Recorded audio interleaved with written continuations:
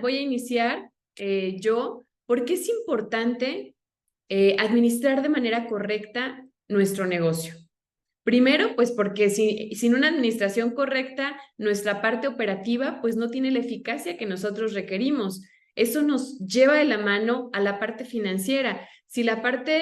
Podemos tener una empresa que es exitosa en el tema operativo, es un negocio rentable, pero si nosotros financieramente no lo administramos de una manera correcta, pues por muy bueno que sea la empresa, puede tener problemas, ¿no? La parte financiera es la parte crucial, la parte administrativa va de la mano y pues eso nos lleva a la toma de decisiones. Si nosotros no tenemos unos números claros, pues no podemos tomar una decisión correcta. Y derivado de esto, pues tenemos la parte del cumplimiento de obligaciones fiscales. Como dirían, hay dos cosas de las que no te vas a salvar, de la muerte y del SAT. O sea, que qué mejor que llevar esa buena relación con el SAT, cumpliendo de manera correcta nuestras obligaciones fiscales. Y es por eso que nosotros como sus asesores, pues queremos proporcionarles toda esta información. En la parte operativa, pues no nos vamos a involucrar porque esa les corresponde a ustedes. Sin embargo, les vamos a compartir un poquito del tema administrativo y el tema fiscal. Y quiero arrancar nuevamente con esta frase. En el tema de planificación y administración de recursos, hay una frase que me gusta mucho y es: lo que no se mide no se puede mejorar. ¿Por qué? Porque si yo no conozco mis números, no los voy a poder medir. Y si no los voy a poder medir, si no sé, si desconozco, pues nunca voy a poderlos mejorar. Entonces, para nosotros tener un negocio exitoso, pues tenemos que conocer nuestros números, saber si estoy ganando, saber si estoy perdiendo, cómo estoy yo en ese tema. Y pues una regla en finanzas y en negocios es que tenemos que separar nuestras cuentas del negocio y nuestras cuentas personales. La verdad es que eso es algo que muy común lo escuchamos y se repite, pero sigue siendo una realidad. Nosotros como asesores de pequeña, mediana empresa, lo seguimos viendo, seguimos mezclando por ahí de repente gastos personales con la cuenta del negocio. Sabemos que obviamente pues nosotros como dueños de negocio, en el caso de persona física, pues tienes que retirar utilidades. Entonces, esa utilidad que nosotros tenemos que retirar, la tenemos que pasar a una cuenta independiente del negocio para de ahí poder realizar todos nuestros gastos personales. Porque pues es una realidad, ¿no? De ahí te estás trabajando para generar, porque de ahí se pagan los gastos, pero sí tenemos que separarlo. Y la mejor manera es asignarnos un sueldo. Un sueldo, obviamente esta parte es delicada porque pues podemos decir, ¿sabes qué? Pues yo quiero el sueldo, soy el gerente, entonces me voy a pagar como el gerente de la gran empresa y muchas veces pues ahí se va el negocio. Entonces tenemos que nosotros de manera personal asignarnos un sueldo. A ver, el negocio realmente cuánto me está dejando. Esto va a partir de los números del negocio. ¿Cuánto me está dejando el negocio? Yo me voy a asignar lo mínimo que yo necesito para vivir, si el negocio me lo permite. Me voy a asignar esa cantidad y ya después, dependiendo de la utilidad que tenga, voy a empezar a retirar utilidades. Pero es importante asignarnos ese sueldo. En el caso de las empresas, también hay diferentes esquemas en las que nosotros como socios podemos empezar a retirar o asignarnos un sueldo. No podemos darnos de alta ante el IMSS, sin embargo, hay otros esquemas con los cuales nosotros podemos pagarnos si es que realmente trabajamos. La manera más común de pagarte a través de una sociedad es a través de dividendos, pero existen otras figuras en las que si yo realmente me dedico a la parte de ventas, pues entonces podría optar tal vez por una comisión mercantil. Si yo trabajo y formo parte del consejo y yo realmente estoy ahí operativa al pie del cañón, que la verdad es la realidad de la mayor parte de nuestros clientes, pues entonces puedo asignarme un sueldo como un honorario a consejo. Entonces existen diferentes figuras, pero sí tenemos que asignarnos un sueldo y más en las personas morales no podemos mezclar nuestros gastos personales con los gastos de la empresa.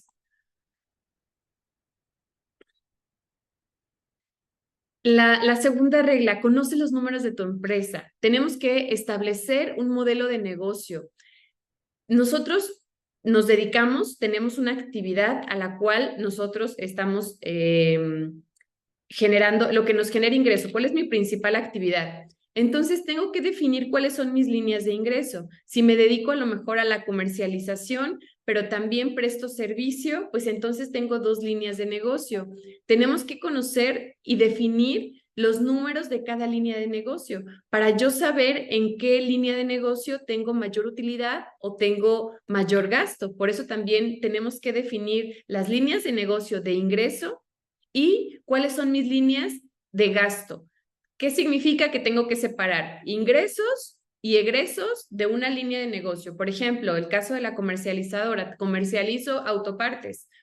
Tengo que definir mis ingresos y mis gastos que van relacionados con todo el tema de autopartes. Pero si también a lo mejor yo presto el servicio de mantenimiento, hacemos a lo mejor algunos cambios de filtros, ahí mismo en el negocio presto ese servicio, entonces ese es un servicio. Eso también lo cobro. Entonces, yo tengo que separar los ingresos correspondientes a esa línea para yo poder definir cuál de las dos me es más rentable, cuál de las dos me genera una mayor venta, una mayor utilidad. Entonces, es importante tener identificadas esas líneas de negocio, tanto de ingreso como de gasto, para poder medir. Porque ¿qué puede pasar o qué ha pasado? Que a lo mejor yo me dedico a dos actividades completamente diferentes y de repente pues yo veo que los números de la empresa pues no van bien porque no hay utilidad. Pero si estoy vendiendo, si a lo que siempre me he dedicado estoy vendiendo bien, hay ventas, ¿por qué no hay utilidad? Porque tal vez el nuevo negocio que yo acabo de implementar, pues no me está dejando utilidad, me está dejando pérdidas. Entonces, la pérdida de un negocio está absorbiendo las utilidades del otro modelo de negocio. Entonces, es importante que lo tengamos identificado, separado y bien con los números muy, muy claros. Y pues para nosotros poder conocer si estamos generando una utilidad, si estamos generando una pérdida, tenemos que tener un plan financiero.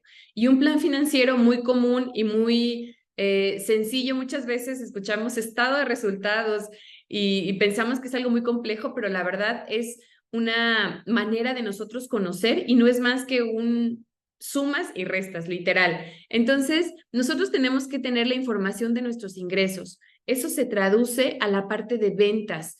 Aquí tenemos un ejemplo y es una empresa que se llama El Patito Feo S.A. Aquí tenemos en la parte de ventas, tenemos que se vendieron 450,000 pesos. Tenemos la información de gastos. Yo tengo que identificar y tengo que clasificar por gastos. Tenemos el costo de ventas.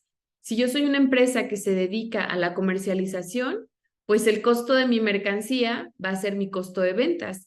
Tenemos la parte de los gastos generales, tenemos la parte de nómina, tenemos pago de IMSS, Infonavit y tenemos ahí nuestro total de gastos. Esto puede estar identificado, eso es para un mayor control y una mayor información.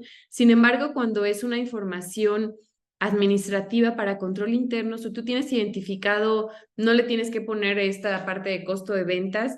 Ese se utiliza para empresas que producen, por ejemplo, tienes que identificar, no sé, tenemos empresas que se dedican a la fabricación de troqueles. Una fabricación de un troquel, pues me implica que tengo que comprar el acero, tengo que comprar ciertos aditamentos que forman parte para la elaboración de ese producto, la mano de obra que interviene, todo eso se incluye en el costo de ventas. Pero si tú de manera interna lo quieres manejar solamente como compra de material, no especificar como costo de ventas, lo puedes hacer siempre y cuando a ti te dé la información.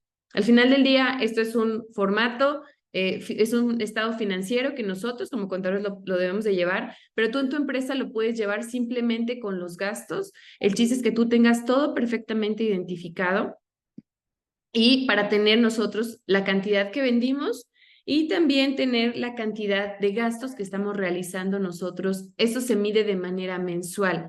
Aquí tenemos el ejemplo de se vendieron 450,000 pesos, tenemos un total de gasto de 373,500, que es la suma de todos estos, y nos va a dar una utilidad. Aquí la utilidad es de 76,500. Nosotros, pues de esa utilidad sabemos que tenemos que pagar impuestos. Para personas morales es el 30%. Entonces, de 76,500, el 30% son 22,950. Eso me da mi ISR y mi utilidad neta son 53,550. como les decía, lo que no se mide no se puede mejorar. Entonces, si yo aquí estoy viendo mis ingresos, estoy evaluando mis gastos, pues desde aquí yo me voy a dar cuenta. A lo mejor yo vendí 450,000 y estoy gastando 500, pues ¿de dónde salieron los otros 50? Seguramente de un crédito, seguramente del pago de una tarjeta. Entonces, es bien importante que nosotros podamos conocer nuestros números porque de eso va a depender el éxito o el fracaso de nuestro negocio. Ya que tenemos nosotros estos números, como les comentaba ahorita, para lo que no se mide no se puede mejorar. Entonces, si nosotros queremos tener un éxito en nuestra empresa, pues tenemos que tener un plan. Nadie llega a ningún lado si no tenemos un plan. Hay veces que decimos, me quiero ir de vacaciones, sí, ¿cuándo, a dónde? Tenemos que empezar a fijarnos metas, así como lo hacemos en nuestra vida personal, pues en nuestra empresa también tiene que tener metas, tenemos que tener objetivos a corto y a largo plazo. Nosotros tenemos que comenzar con metas pequeñas y esto lo aplicamos pues para todas las áreas de nuestra vida, tanto en negocios como en la parte personal.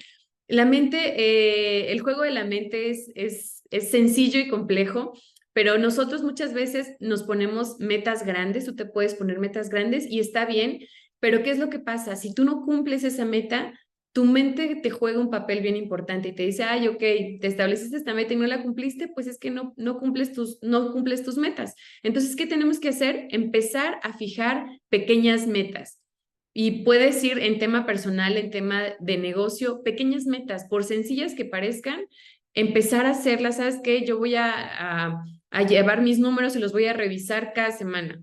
Empezar a hacer algo muy sencillo, que hay veces que se complica y no lo hacemos, pero si yo me empiezo a poner metas, me voy a poner la meta de revisar cuáles fueron mis ventas este mes, me voy a poner la meta de incrementar mis ventas un 5% el siguiente mes. Metas pequeñas. ¿Para qué? Para que nuestra mente se acostumbre a que yo cumplo lo que digo y al rato no es complejo alcanzar una meta grande. ¿Por qué? Porque todo está aquí. La mayor parte en finanzas y en negocios, el 80% es mental y el 20% es técnico. Entonces es bien importante qué es lo que de qué estamos alimentando nuestra mente, porque eso va a llevar al éxito, obviamente acompañado de la acción, al éxito, al fracaso de cumplir o no cumplir nuestras metas.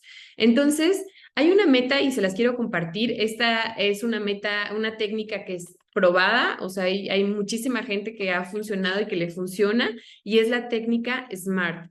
¿Qué significa SMART? Es una meta inteligente. Y aquí nos dice que nuestras metas tienen que ser específicas. Si yo estoy hablando en tema de negocios y quiero tener una utilidad mayor o quiero incrementar el porcentaje de nuestras ventas, muchas veces decimos, quiero vender más. Sí, más, ¿cuánto? ¿Un 10, un 20, un 15, un 30, un 50%? ¿Quieres duplicar tus ventas? Tenemos que ser específicos. Tiene que ser medible, tiene que ser cuantificable. Ok, quieres tener el 20% de tu incremento en ventas, pero ¿qué pasa con tu utilidad? ¿Cuánto representa tu utilidad? ¿O cuánto es ese 20% en términos cuantitativos? Tiene que ser alcanzable. Nosotros podemos decir, quiero triplicar mis ventas en un mes. ¿Es alcanzable? Probablemente sí, pero a costa de qué es lo que tendría que hacer. ¿Por qué no dices, sabes qué? Pues voy a ir paso a paso y voy a decir que incremento un 20% el siguiente mes o el siguiente año? Tiene que ser una meta alcanzable.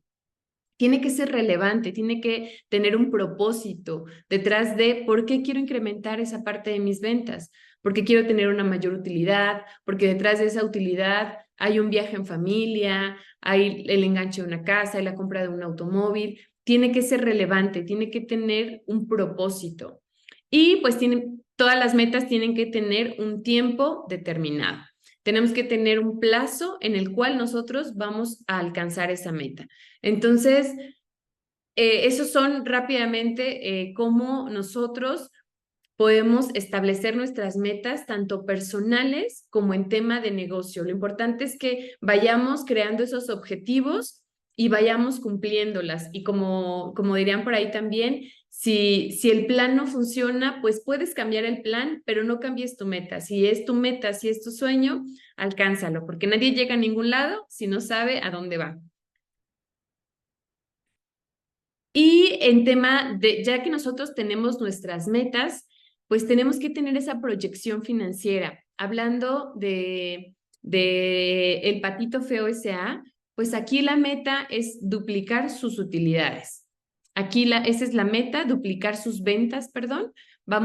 Y ojo, es bien importante, la importancia de conocer realmente nuestros números. Hay veces que nosotros nos vamos por ventas y yo creo que la realidad es que tenemos que cuidar nuestra utilidad, porque de ahí es donde parte. A lo mejor puedo vender mucho, pero si mi utilidad es muy baja, tenemos que partir siempre de utilidad. Pero bueno, aquí tenemos la venta y tenemos que nosotros para ganar el doble, pues la lógica nos dice que tenemos que vender el doble. Entonces, aquí la proyección financiera es que con los mismos 450,000, yo para alcanzar mi meta del doble tendría que vender 900,000 pesos. Obviamente mi costo de ventas representa un porcentaje. Si yo me dedico a la comercialización, que es el caso de este ejemplo, pues obviamente mi costo de ventas, que es la compra de mi mercancía, de mi producto, pues va a incrementar. Tenemos la parte de los gastos generales. Estos gastos se mantienen porque aquí tenemos lo que es la luz, el agua, la renta, y así venda yo 5 pesos o venda 450 o venda 900, pues la renta es la misma. Tal vez los servicios pueden variar un poquito, pero realmente los gastos fijos se mantienen. Tenemos también la parte de la nómina. Si yo pretendo incrementar mis ventas al doble, pues seguramente voy a tener que contratar más personal para que se puedan tener esas ventas. Entonces aquí estamos proyectando que estamos incrementando el sueldo de otra persona. Tenemos el pago de IMSS e Infonavit, pues obviamente al tener más personal incrementa este pago. Aquí tenemos que el total de gasto son 672,750. La utilidad por la venta de 450 es de 76,500. ¿Qué pasa? ¿Por qué no? Si vendo lo doble, pues la teoría sería que yo tendría el doble de utilidad. Y no es así. ¿Por qué no es así? Porque nuestros gastos fijos no incrementan al doble. Hay muchos factores que juegan. Por eso es de vital importancia que nosotros conozcamos esa parte, les decía ahorita, de la utilidad.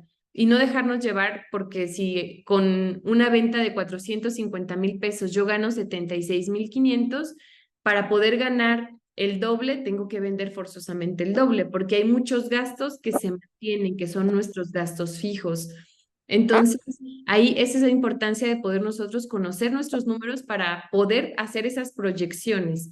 Entonces, tenemos que obviamente, pues a mayor utilidad, tenemos mayor pago de ISR y tenemos aquí una utilidad, un pago de ISR de 68,175 y una utilidad de 159,000. Si ustedes pueden observar, nuestra utilidad prácticamente no se duplicó, se triplicó con una venta del doble. Entonces, esa es la importancia de hacer las proyecciones, de conocer, de realmente saber cómo manejamos nuestra empresa, nuestros números y también para saber realmente, pues a lo mejor dónde se está yendo nuestro dinero.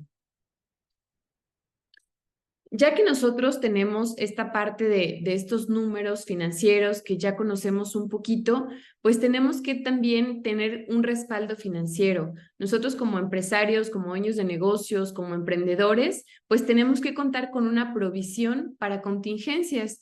Se le llama también un fondo de reserva, un fondo de emergencia. ¿Esto qué significa? Que tengo que tener un ahorro que vaya de los 3 a los 6 meses de nuestros gastos. En tema de negocio, pues igual se maneja de la misma manera. Tenemos que tener ese colchoncito para cualquier situación que se pueda presentar, más que en los negocios. No todos los meses se vende igual. Ayer platicábamos con un cliente que qué padre sería, ¿no? Que todos los meses tuviéramos los mismos ingresos buenos, pero hay meses que dependiendo del negocio, dependiendo del giro, pues hay meses que no se vende mucho. Entonces, tenemos que tener esa provisión porque nuestros gastos van a seguir corriendo. ¿O qué pasa? Lo acabamos de vivir, pandemia.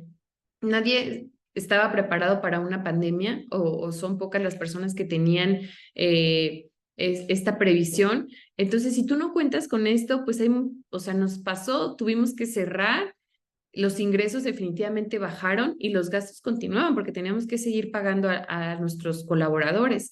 Entonces, es importante contar con este fondo para hacer frente a cualquier situación que se pueda presentar en el negocio. También no dejemos de lado pues el tema de los seguros, seguros de negocios, seguro de automóviles, seguros de la misma instalación de los equipos. Eso tenemos que tenerlo considerado. Yo como dueño de negocio pues también tengo que cuidar la parte de tener cubierta mis gastos, seguro de gastos médicos mayores, porque desafortunadamente igual en pandemia nos tocó ver clientes que no tenían esa parte de esa protección, ese respaldo financiero, y pues se tuvo que hacer uso de bienes del negocio pues para cubrir gastos personales y que se hubiera solucionado con un seguro de gastos médicos mayores. Entonces es importante, eso ya es personal, pero repercute al negocio. Entonces es importante tener cubierta esa parte también. Tenemos la parte de ahorro e inversión. Nosotros también como en la parte del negocio tenemos que ir creando ese ahorro, hacernos ese hábito de ahorrar para poder reinvertir en el mismo negocio. Si nosotros realmente queremos hacer crecer ese negocio, queremos escalarlo, tenemos que tener ese ahorro, ese dinero que nosotros vamos, ese fondo que nosotros vamos creando para poder hacerlo crecer, ya sea en invertirlo en más mercancía, en adquirir alguna maquinaria, pero poderlo hacer de la mejor manera. Sabemos que hay muchos, ahorita hay algunas facilidades en temas de créditos, de financiamientos, pero qué mejor que nosotros lo podamos hacer derivado de un ahorro. Y si ese ahorro le puede estar generando algún rendimiento, pues qué mejor, ¿no? En lo que vamos nosotros decidiendo hacia dónde va el negocio, podemos ir generando un rendimiento. Existen ahorita muchas plataformas que ya también son para empresas, donde nos pueden dar un poquito más de rendimiento y ese ahorro no lo vamos a mantener ahí parado. Les voy a compartir un poquito acerca del uso de créditos y financiamientos. ¿Por qué? Porque sinceramente es un tema que no es sencillo en la parte fiscal y en la parte de explicarle al cliente cómo la autoridad fiscal lo maneja. Entonces, es importante al momento de que tú solicitas un crédito, pues considerar los siguientes puntos. Destino del crédito. ¿A dónde, para qué? Yo voy a recibir un préstamo, pero ¿en dónde lo voy a invertir? ¿Para qué? Si yo voy a pagar una tasa de interés, pues entonces en donde yo lo invierta, tiene que generar un rendimiento, una utilidad mayor al interés que yo voy a pagar. ¿Por qué? Porque si no, pues me van a comer los intereses. Entonces, es bien importante el destino. ¿Para qué lo voy a destinar? Si lo voy a destinar para la compra de una maquinaria, ok, porque esa maquinaria me va a ahorrar, no sé, tal vez me va a ahorrar mano de obra, me va a ahorrar tiempos, entonces voy a sacar mi producción de manera más rápida. Ahí voy a generar una utilidad. Es importante también conocer el monto del crédito. Nosotros tenemos que tener esa proyección, esa parte financiera de cuánto puedo yo, la capacidad de pago que tiene mi empresa. Si estoy hablando de que me voy a aventar con una maquinaria, hay ahorita maquinarias muy costosas, ¿no? Entonces, realmente yo tengo la capacidad para pagarlo, tengo el trabajo que me va a generar para que yo pueda aprovechar esa maquinaria y me va a alcanzar a pagar ese monto del crédito. ¿Qué tipo de crédito es? ¿Es un crédito revolvente? ¿Es un crédito fijo? ¿Qué tasa de interés me está manejando el banco? Una tasa de interés buena, pues ahorita las tasas de las tarjetas son altísimas. Hay créditos empresariales que pueden ofrecer muy buenas tasas. Tenemos clientes que tienen tasas del 7% anual. Esa es una maravilla. Pero para poder acceder a eso, pues hay que crear un historial. Entonces, sí es importante aprender a hacer uso de tarjetas de crédito empresariales, empezar con algunos créditos, pero tenemos que considerar, no nada más voy a solicitar un crédito porque me lo están ofreciendo, sino tengo que saber en qué la voy a invertir y que tenga la capacidad de pago para poder realizar los pagos de manera correcta y poder crear ese historial en buró, que el día de mañana que yo necesite un financiamiento más alto, pues tenga la capacidad y tenga el historial en el buró de crédito y me lo puedan otorgar. Igual les comentaba el plazo, a qué plazo lo estoy sacando. Por ejemplo, estuvimos revisando hace poquito unos créditos de Confío, porque algunos de nuestros clientes han solicitado ese tipo de créditos y la tasa no está tan mal, es una tasa que estamos hablando aproximadamente de un 2.5%, pero lo que sí está justo es el plazo que te dan para pagar, te dan 18 meses para pagar. Entonces, ahí hay veces que es atractivo y me dicen, te doy el dinero, pero las mensualidades de cuánto son, porque es a 18 meses, es un plazo relativamente corto. Entonces, son muchos aspectos que tenemos que considerar antes de aceptar y antes de recurrir a financiamiento. Tenemos que considerar todos estos puntos. Ahora, ¿cuál es el efecto fiscal del crédito? Esta es una pregunta que muchas veces revisamos con nuestros clientes. ¿Por qué? Porque al momento que recibimos nosotros el crédito, ese es el estado de resultados normal de la empresa que vimos hace un ratito, el ejemplo del patito feo. ¿Y qué pasa cuando recibimos el préstamo? Aquí en el estado de resultados que está en el centro, viene la parte de un préstamo recibido por 300,000 pesos. ¿Qué pasa si yo pido un préstamo? Pues seguramente ese préstamo va a ser para comprar más producto, más mercancía, para reinvertirlo en el negocio. Entonces, pues obviamente, pues mis gastos van a ser más. Mi costo de ventas es mayor, mis gastos generales se mantienen. ¿Por qué? Porque en este caso decidimos invertirlo todo en compra de mercancía. ¿Qué es lo que va a pasar? Pues que yo voy a tener más gastos que ingresos. La única manera en la que yo puedo generar una pérdida, eso se le llama una pérdida, es porque o tuve un préstamo o le inyecté capital a mi negocio. ¿Ok? Entonces, pues aquí tenemos que es una pérdida. Por lo tanto, pues no hay pago de impuesto. En ese mes no vamos a pagar ISR porque estamos gastando más de lo que estamos nosotros ingresando. Obviamente aquí entramos efectos de IVA también. Nuestro IVA, en el caso anterior, pues tuvimos un pago de 21,600 pesos, un total de impuestos de 44,550. Aquí en este ejemplo, al nosotros tener un préstamo y destinarlo a compra de mercancía, no tenemos un pago de ISR y nuestro IVA se convierte en un IVA a favor. Por lo tanto, pues no tenemos pago de impuesto. Qué padre, ¿no? Ahí la verdad es que cuando piden sus créditos y no hay pago de impuestos, pues el cliente está muy contento, está muy feliz porque no paga impuesto. Sin embargo, ustedes saben que la autoridad nunca te va a perdonar. Ahorita no lo vas a pagar de manera momentánea, pero al momento que tú empiezas a hacer el pago de tu crédito, ahí es cuando vamos a pagar ese impuesto que dejamos de pagar en este mes. Y es lo que pasa cuando nosotros empezamos a pagar. Aquí es un crédito que es de 300,000 y el pago mensual es de 10,000. Entonces, ya aquí generamos el saldo a favor. En los siguientes meses, ese saldo a favor se puede ir aplicando hasta agotarse. ¿Qué quiere decir? Que en el siguiente mes, en lugar de pagar 21,600, yo le aplico los 19,000 y solamente voy a pagar la diferencia. Entonces, aproximadamente, dependiendo del monto del crédito, hay algunos meses después de recibir el crédito que no pagamos impuesto. Pero recuerden, la autoridad no perdona, no es que nos diga, ay, sí, ya tuviste el préstamo, pues felicidades. Nosotros ese impuesto lo vamos a ir pagando de manera que nosotros vamos pagando ese crédito. Y aquí está el ejemplo. En la parte del patito feo, en el último ejemplo, donde tenemos nuestra operatividad normal, y ahora sí son las mismas ventas. Obviamente, pues aquí estoy disminuyendo los 10,000 pesos del pago del préstamo, ya no voy a comprar la mercancía por 270,000, solo por 260, porque ya esos 10,000 los voy a pagar al préstamo. Los demás gastos son iguales. Entonces, ¿qué pasa? Aquí mi ISR por pagar, en lugar de ser de 22,950, es de 25,950, incrementó 2,586 pesos. Y en tema del IVA, también nuestro IVA incrementa de 21,600 a 23,200 pesos. Entonces, nuestro pago de impuestos ahí es donde se empieza a pagar de manera, pues si nosotros lo vemos así, estaríamos pagando el crédito aproximadamente en 2 años y medio. Entonces, durante 2 años y medio yo voy a estar pagando estos impuestos, 2,586 y 1,379, que es lo que corresponde al pago de los 10,000 pesos. Como les decía, la autoridad no nos perdona, nada más nos difiere. Conforme yo esté pagando mi crédito, voy a estar pagando los impuestos que dejé de pagar en su momento. No es que sean más impuestos, son los impuestos que dejé de pagar cuando yo recibí el crédito. La verdad es que ese es un tema que no es tan sencillo.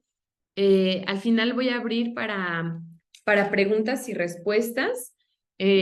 para una sesión de preguntas. Ahorita queremos hacerlo de manera corrida para cuando ustedes reciban la grabación, pues también lo tengan así. Pero al final vamos a abrir el tema de preguntas.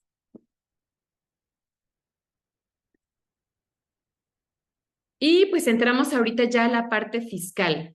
Tenemos que cumplir nosotros de manera correcta con nuestras obligaciones fiscales y como les comentaba, hay dos cosas en la vida en las que las que no podemos evitar y pues es morir y pagar impuestos. Así que qué mejor que estar al corriente con nuestras obligaciones, estar cumpliendo de manera correcta y pues conocer qué es lo que yo puedo hacer para poder disminuir esa carga tributaria de manera legal y dentro de lo que la autoridad nos permite.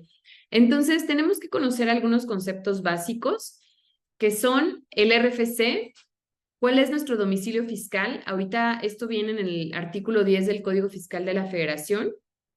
Y el domicilio fiscal se ha convertido en un tema de mucha relevancia. ¿Por qué? Porque la autoridad está mandando como no localizado. Nosotros tenemos que tener mucho cuidado al momento que nosotros bajamos nuestra constancia de situación fiscal, que es donde viene el RFC, nuestro domicilio, cuáles son nuestras actividades, cuáles son nuestro régimen fiscal en el que yo estoy tributando y cuáles son mis obligaciones fiscales. Todo eso viene en la constancia de situación fiscal.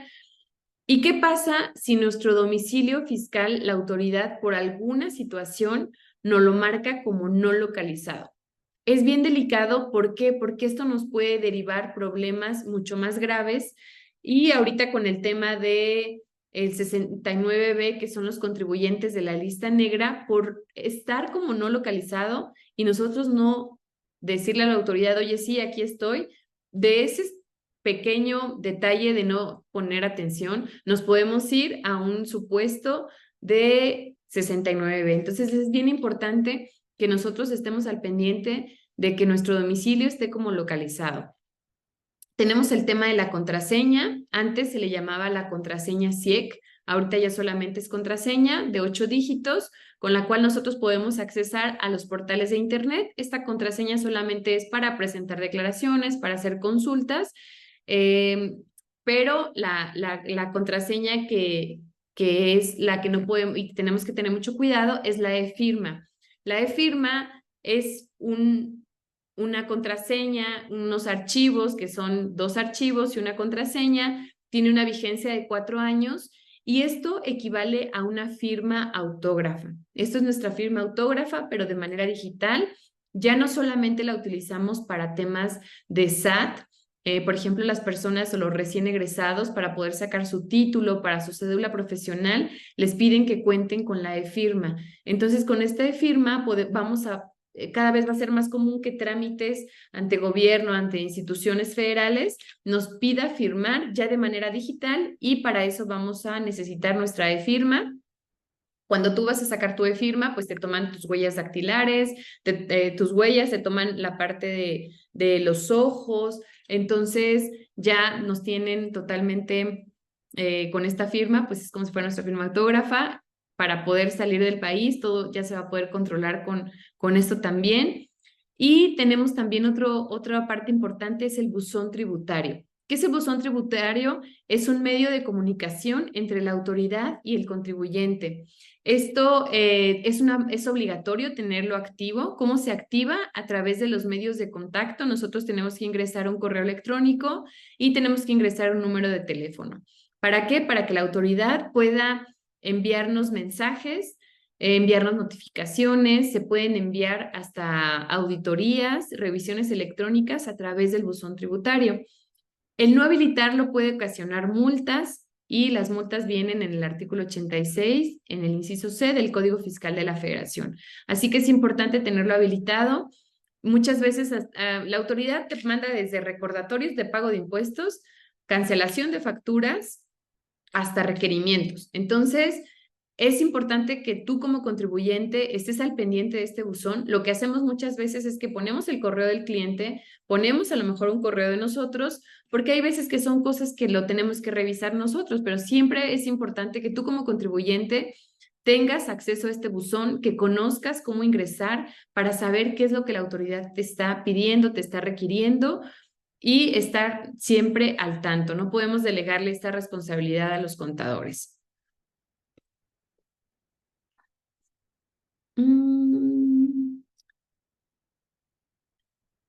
Ay, se me hace que esta diapositiva se nos... Ay, se adelantaron. Ya andábamos en el tema de la contadora Lili. Se adelantaron las diapositivas. Ok, como les comentaba, tenemos otro concepto básico, es la constancia y situación fiscal. Es donde viene el RFC, nombre completo del contribuyente, el CURP, el domicilio, el régimen fiscal. Puede ser más de uno. Hay muchos clientes que tienen actividades empresariales y también hay arrendamiento y también tenemos sueldos y salarios. Aquí viene todos los regímenes fiscales en los que nosotros estamos inscritos. Viene las actividades, las cuales nosotros estamos dados de alta y las obligaciones fiscales a las que nosotros estamos sujetos. También tenemos la opinión del cumplimiento de obligaciones fiscales y la verdad es que esta yo creo que ya todos los conocemos, es como el acta de nacimiento ya de las empresas, te la piden para cualquier trámite, las empresas te la están pidiendo también. ¿Por qué? Porque a una empresa le interesa que sus proveedores estén cumpliendo de manera correcta con el SAT. Entonces, en la carta de opinión puede ser positiva, que significa que tú estás al día y al corriente en el cumplimiento de obligaciones fiscales. La negativa es cuando un contribuyente está inscrito, pero no está al corriente. A lo mejor falta alguna declaración anual, alguna declaración provisional, o a lo mejor se generó la línea de captura, pero no se realizó el pago, pues ahí aparece que el pago no está realizado. O puede ser que también esté inscrito sin obligaciones. La verdad es que nos han llegado clientes que de repente pedimos la carta de opinión y les aparece que no han presentado nada de los últimos 5 años. Entonces, es importante estar monitoreando esta carta de opinión cada mes para dar certeza de que estamos al corriente. Sin embargo, muchas veces la carta también pues puede tener sus fallas, sus errores, hay que considerarlo, pero pues es una manera de nosotros estar monitoreando y en caso de que aparezca algo que nosotros ya presentamos o ya pagamos, pues hacer la aclaración ante la autoridad. Aquí vienen algunos, no vienen todos, algunos de los régimen fiscal que hay para personas morales. Estos son los más comunes, que es régimen general de ley de las personas morales. Y ahorita el régimen que tiene apenas un año, ese es el segundo año que se creó, que es el régimen simplificado de confianza para personas morales. Este régimen realmente es nuevo, les comento, es el segundo año, son los más comunes, existen pues para fines no lucrativos, existen otros régimen de otro tipo de sociedades, sin embargo, estos son los más comunes. ¿Cuál es la diferencia? Pues que el régimen general, bueno, más bien el régimen simplificado de confianza es para todas las personas morales que sus ingresos no superen los 35 millones anuales. Tú estás obligado, esta no es opcional, esto es obligatorio, siempre y cuando los socios de esa empresa no formen parte de otras sociedades donde tengan el control de la empresa. ¿Qué quiere decir? Que si yo soy socio de 2 empresas en las cuales tengo más del 50% de acciones en ambas, pues entonces automáticamente tú te sales de este régimen y te pasas al régimen general de ley de las personas morales. ¿Cuál es la diferencia? La forma en que presentan sus impuestos. Ahí el régimen simplificado de confianza pues tributa en base a lo efectivamente cobrado y a lo efectivamente pagado, nos da la utilidad y sobre la utilidad pagamos la tasa vigente de ISR, que es el 30%. ¿Cuál es la ventaja? La ventaja es que pues tú pagas de acuerdo a tu flujo, pero también pagas el impuesto de acuerdo al flujo que tienes. Entonces te puede quitar liquidez momentánea. ¿Por qué? Porque pagas en base a la utilidad. En el régimen general de las personas morales pagamos en base a un coeficiente de utilidad, pero pagamos en base a la facturación y esto es algo que puede ser bueno o puede ser malo de las empresas dependiendo de su operativa. Por ejemplo, si es una empresa que factura mucho a fin de año y tiene un saldo importante en clientes, pues a lo mejor ahí le pega mucho esa parte. ¿Por qué? Porque pagas en base a tu facturación. y en el régimen simplificado pagamos en base a lo efectivamente cobrado. Pero bueno, los dos tienen sus ventajas y sus desventajas. ¿De qué depende? De tu actividad, de tu operativa y la manera que llevas tu negocio. Entonces, eso, ¿cuál es el mejor? Pues ya depende de esos factores. Para personas físicas tenemos régimen de actividad empresarial y profesional. Tenemos el régimen esto es para toda la parte de empresarios, prestadores de servicio. Tenemos el régimen de honorarios, que es para todos los profesionistas que prestan un servicio personal independiente. Tenemos el régimen simplificado de confianza para personas físicas. Este es nuevo también. Eso se implementa en el 2022 y la verdad es que ese es un buen régimen. Yo creo que más adelante vamos a sacar un curso exclusivo de régimen simplificado de confianza persona física, porque es un excelente régimen de acuerdo también al tipo de negocio. Aquí, ¿qué pasa? Aquí pagamos el ISR en base a nuestros ingresos y puede ser con una tasa del 1 a máximo un 2.5%. Entonces, la verdad, es un régimen que ha beneficiado a muchos contribuyentes, pero de igual, depende de tu actividad, de tu manera de operar. Tenemos también el régimen de arrendamiento en caso de renta de locales, de casa habitación, el tema sí, cualquier renta local, oficinas, habitacional. Tenemos el régimen de sueldos y salarios y asimilados a salarios cuando tú trabajas para una empresa, cuando tú trabajas o prestas servicios a través de sueldos asimilados a salarios, ese es el régimen que te correspondería. Tenemos también el régimen de actividad empresarial a través de plataformas tecnológicas. Es para todos los clientes que tienen o que manejan, por ejemplo, un Uber, que tienen una propiedad en renta a través de Airbnb, que venden alimentos a través de las plataformas como Uber Eats, como Rappi. Todos esos contribuyentes encajan en este régimen fiscal. Existen más régimen fiscal para personas físicas, sin embargo, les comento que estos son de los más importantes, de los más comunes, que es lo que nosotros vemos en el día a día. Y pues tenemos que nosotros definir nuestras actividades preponderantes ante las diversas instituciones. Aquí me refiero con esto, ven que les comentaba que tenemos nuestra CIF, nuestra constancia de situación fiscal. De repente, ¿qué es lo que hemos detectado? Que me están facturando, no sé, un café, mi café, me están facturando un café, pero la empresa se dedica a vender agua. Aquí es muy importante que nosotros siempre pidamos esa constancia. ¿Por qué? Porque tiene que tener esa relación de lo que estoy facturando contra lo que puedo facturar, a lo que me dedico realmente, a lo que se dedica mi empresa, a lo que se dedica mi negocio. Porque si no, la autoridad va a dar de alta esas actividades a los contribuyentes. Aquí vamos a enfocarnos ahorita en el tema de nosotros. Nosotros como contribuyentes, muchas veces o hay algunas contribuyentes que de repente le prestan servicio a una empresa, pero la empresa de repente le dice, ¿sabes qué? Necesito esto, ¿me lo puedes conseguir? Pues uno por no perder el negocio, no perder la venta, dices, sí, te lo consigo. Por ejemplo, te dedicas al mantenimiento industrial y de repente te piden que les compres unas llantas. Tú vas y compras las llantas, les facturas las llantas, pero ¿qué pasa? Tú no estás con esa actividad. Tu actividad es prestación de un servicio. Tú no puedes facturar y vender unas llantas.